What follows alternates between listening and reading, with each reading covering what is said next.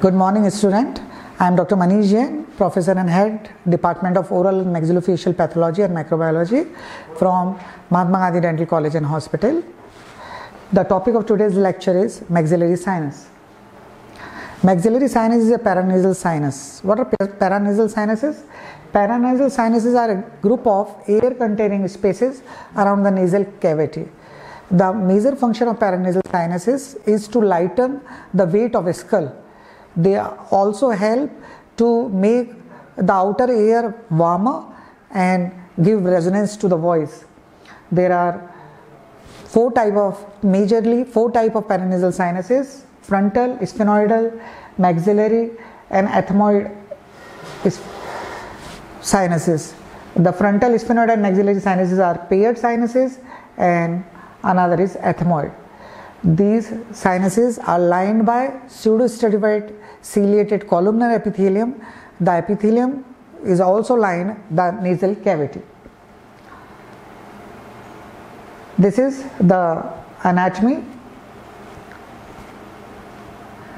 Here you can see these are the ethmoidal sinus, this is a maxillary sinus, and here these are the sphenoidal sinuses. This is a ear cavity, eardrum, and this is a skull. So this is a basic morphological position of the maxillary sinuses. Maxillary sinuses, they are one of the largest paranasal sinuses present in the human body. They are present from birth. Initially they are very small in size, usually a size of bean. Then gradually they increase in size and they develop in the space between the oral cavity and the nasal cavity and the floor of the mouth. They are pyramidal in shape with the apex toward the maxilla and base toward the nasal cavity. They enlarge and attain their full growth when the permanent teeth erupt. This is a gross specimen of the maxilla which is showing maxillary sinus. This is maxillary sinus. Maxillary sinus, how it developed? It developed from the antrum of Hickmore. These structures, they are usually fluid filled and they appear as a shallow groove. Here you can see this is maxillary sinus, this is a nasal cavity, and these are the frontal sinus, these are the ethmoidal sinus. So this is a frontal sinus. So it appears as in shallow groove on the mesial surface of maxilla during the 4th month intrauterine. They grow from 0 to 3 year, then 7 to 12 year, and then they become pneumatized. Initially they are filled with fluid, then they become pneumatized and filled with air and give resonance to this is the maxillary sinus. This is a frontal sinus and these are the ethmoidal sinus. So how it developed? Superior and inferior meatus, they remain as in shallow depression. The middle meatus expand in the lateral wall and grow inferiorly, and it occupies the space of the future sinus. This is an horizontal longitudinal section which show maxillary sinus. This is a maxilla palate, this is a sphenoidal sinus, and this is a frontal sinus. These paranasal sinuses mainly they lighten the weight of the skull.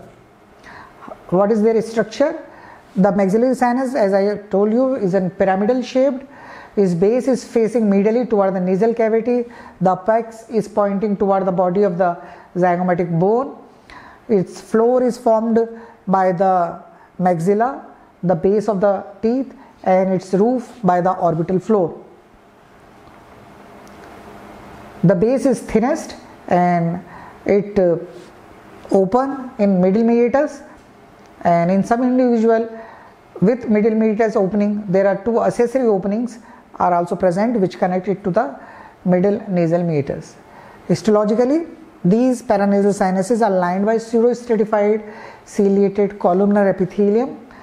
Below the epithelium there is a basal lamina and the subepithelial layer, and deep to it there is a mucoid connective tissue which contain mucus, acinis and duct.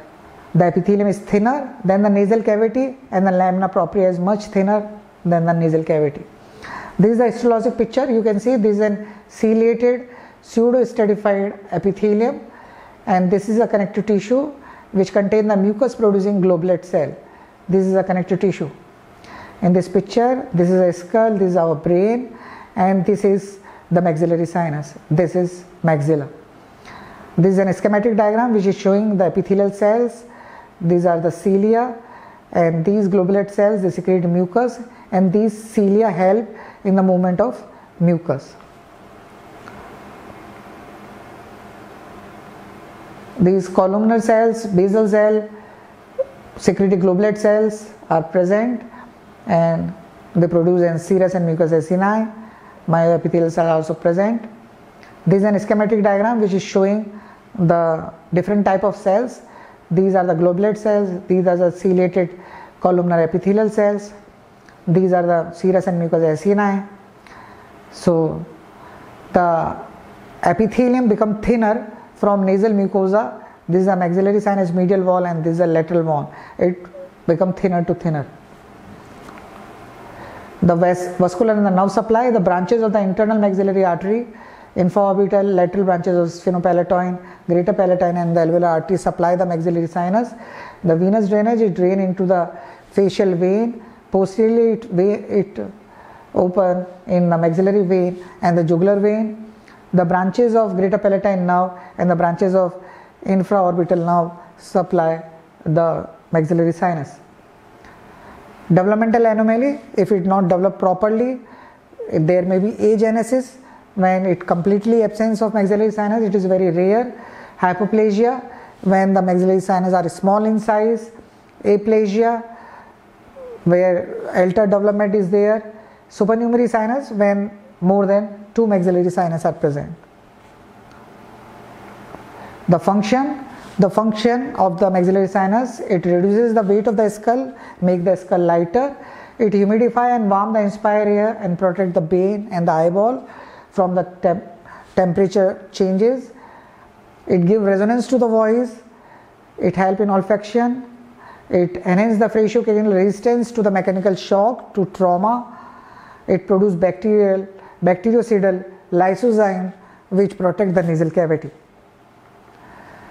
The variation in the structure of the maxillary sinus, there are great variation in the size, shape and its structure.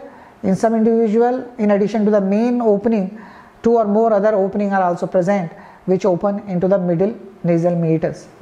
The different location of the opening or the ostium is in 5.5% they open in the anterior third of the hiatus semilunaris, 11% they open within the middle third, 71.7% they open within the posterior third of hiatus semilunaris, and 11.3% they found outside and a posterior position to the hiatus semilunaris.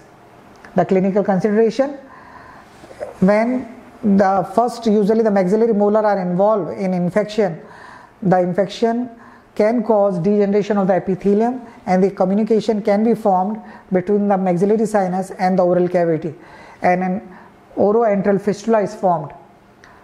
Oroantral fistula is a pathological opening from the maxillary sinus to the oral cavity. So it is most commonly it occur in association with first molar, and 2% chances it may develop around in root apex of second molar. If untreated, the lumen of such fistula may become epithelialized and they permanently connect the epithelium of oral cavity and the maxillary sinus. So these are the clinical consideration. It complete our other conditions. Infection or inflammation. Sinusitis is a most common inflammatory condition which is caused by chronic infection of maxillary sinus and the nasal cavity from influenza virus, and which is a common name of this condition is common cold. So sinusitis is very common, and this is an schematic, this is a skull, this is the maxillary sinus. Here you can see the outline of maxillary sinus. These are the maxillary teeth, this is a mandibular teeth, this is a mandible. So this is a section of skull which is beautifully showing maxillary sinus. So it completes